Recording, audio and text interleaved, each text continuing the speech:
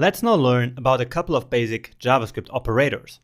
So here I already created like the title for this lecture and also commented out the code here of the last lecture. Okay, so we could actually do this here in different files, like one file for each lecture, but I prefer to just keep everything simple here, all in one file.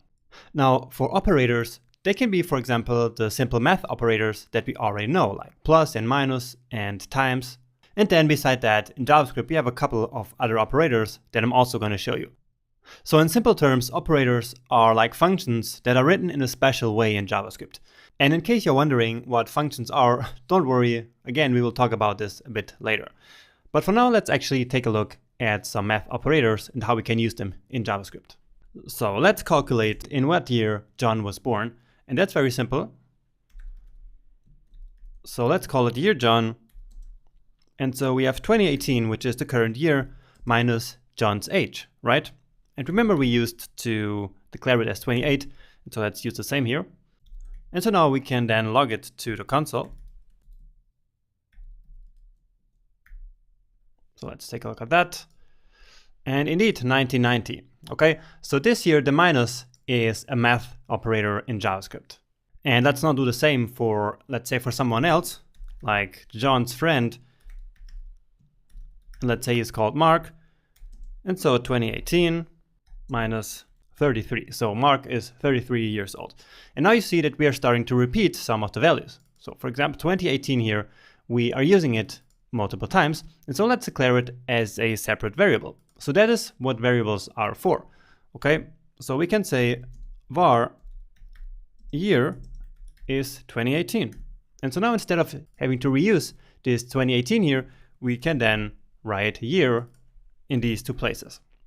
Okay, so let's take a look at that. And of course, it still displays the exact same number. But if we wanted to change the year now, let's say to 2020, well, then we wouldn't have to change it here in these two places like we had before. So before, if we wanted to change the year, we would have to change it both here and here. And that's something that we always want to avoid in programming. And so we define this year in one place, and then it gets used in these two places here.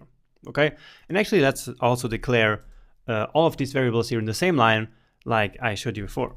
So year, then year John, and year Mark. Okay, and then remove these vars from here. So this just looks a bit better.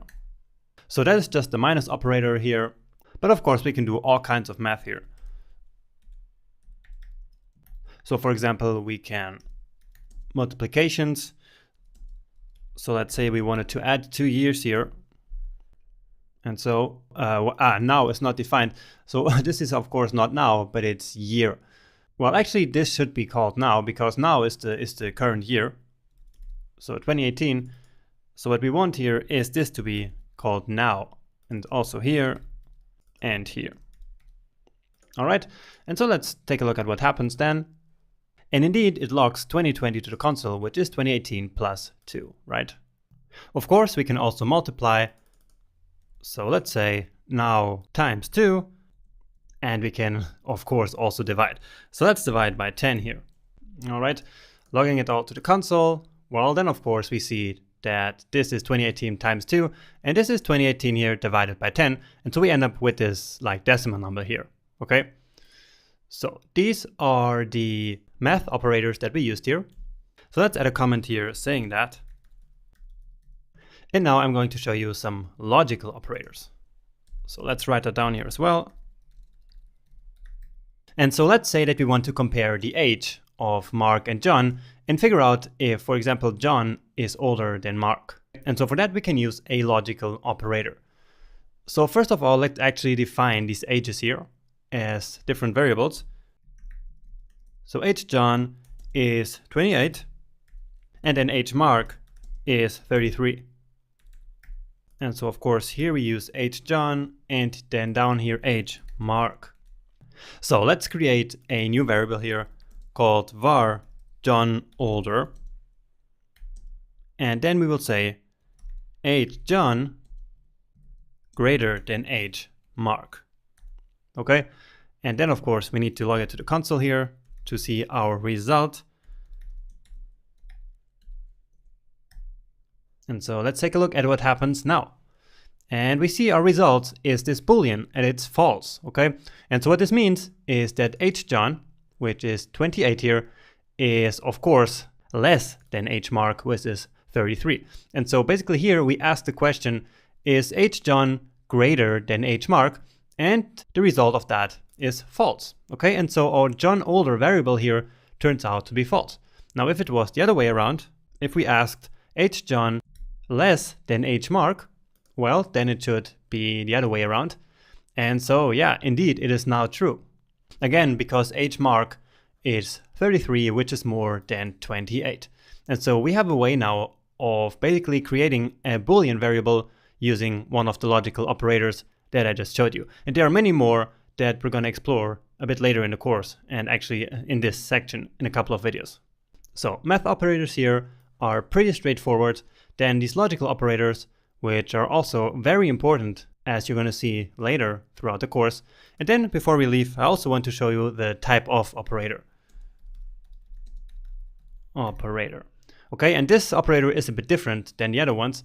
So the one that we used up until this point always required like two things to compare or to add or to multiply. So now times 2, or now divided by 10, or hjohn less than hmark.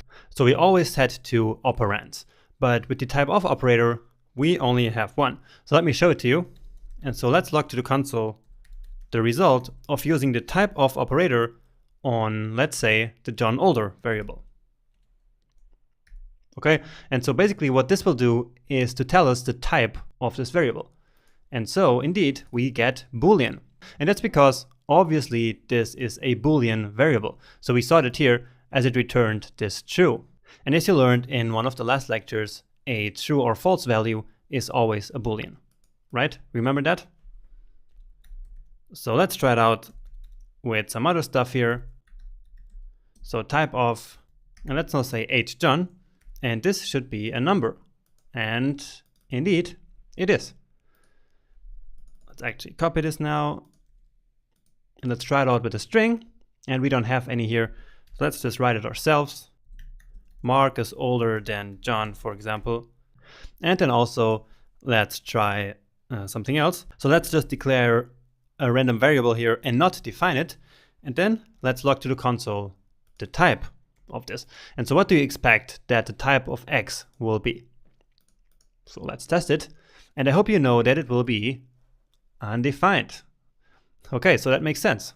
Because indeed, we did not define any value for the X variable. And the one before here, of course, is a string. So this may not seem like a big deal to you here, this operator, but actually you will see that we will use this here in the future, and actually also later in this section. Okay, so this is the very basics of JavaScript operators. Now in the last lecture, we will keep working with operators, where I'm going to show you some more, let's say, advanced stuff. So don't wait and come with me right to the next video.